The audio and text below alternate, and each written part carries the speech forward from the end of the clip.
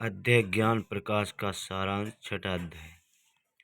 जैसा कि इस ग्रंथ कबीर सागर का सरलाद के प्रारंभ में लिखा है कि कबीर सागर के यथार्थ अर्थ को ना समझकर कबीर पंथियों ने इस ग्रंथ में अपने विवेक अनुसार फेरबदल किया है।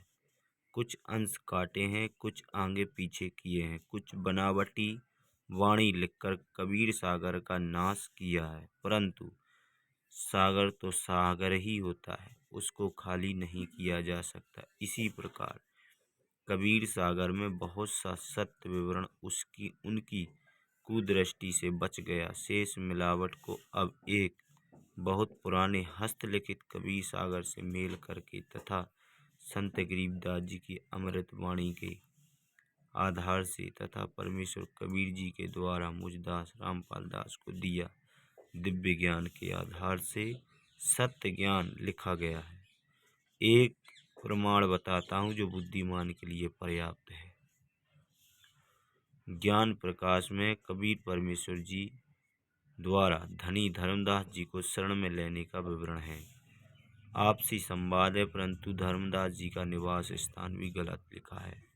पृष्ठ 21 पर पूर्व गुरु रूपदास जी से शंका का निवारण करके अपने घर चले गए। धर्मदास जी का निवास स्थान मथुरा नगर लिखा है। इसी वाणी पर इस प्रकार है। तुम हो गुरु वो सतगुरु मोरा, उन हमारी हम फंदा तोड़ा। धर्मदास तब करी प्रणामा, मथुरा नगर पहुंचे निज धाम।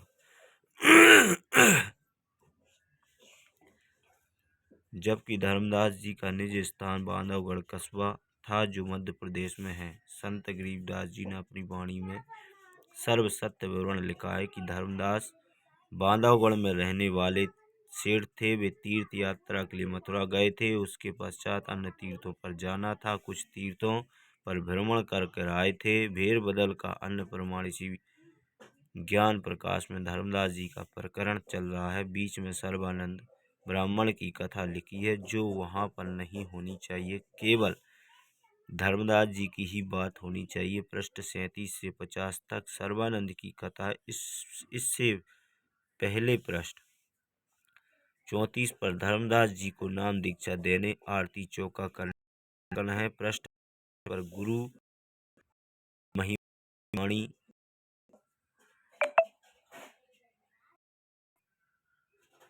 पृष्ठ 36 तक फिर धर्मदास जी वचन चौपाई, जो मात्र 3 वाणी है। इसके बाद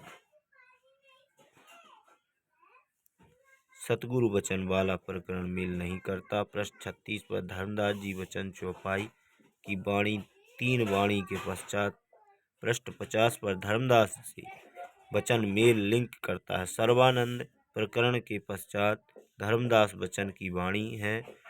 ज्ञान प्रकाश पृष्ठ 36 पर धर्मदास वचन चौपाई।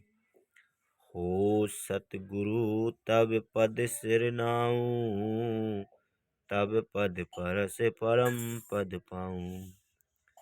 यही विधि अपन भाग सराही, तब भरत कहे भव पुण्य बनाई।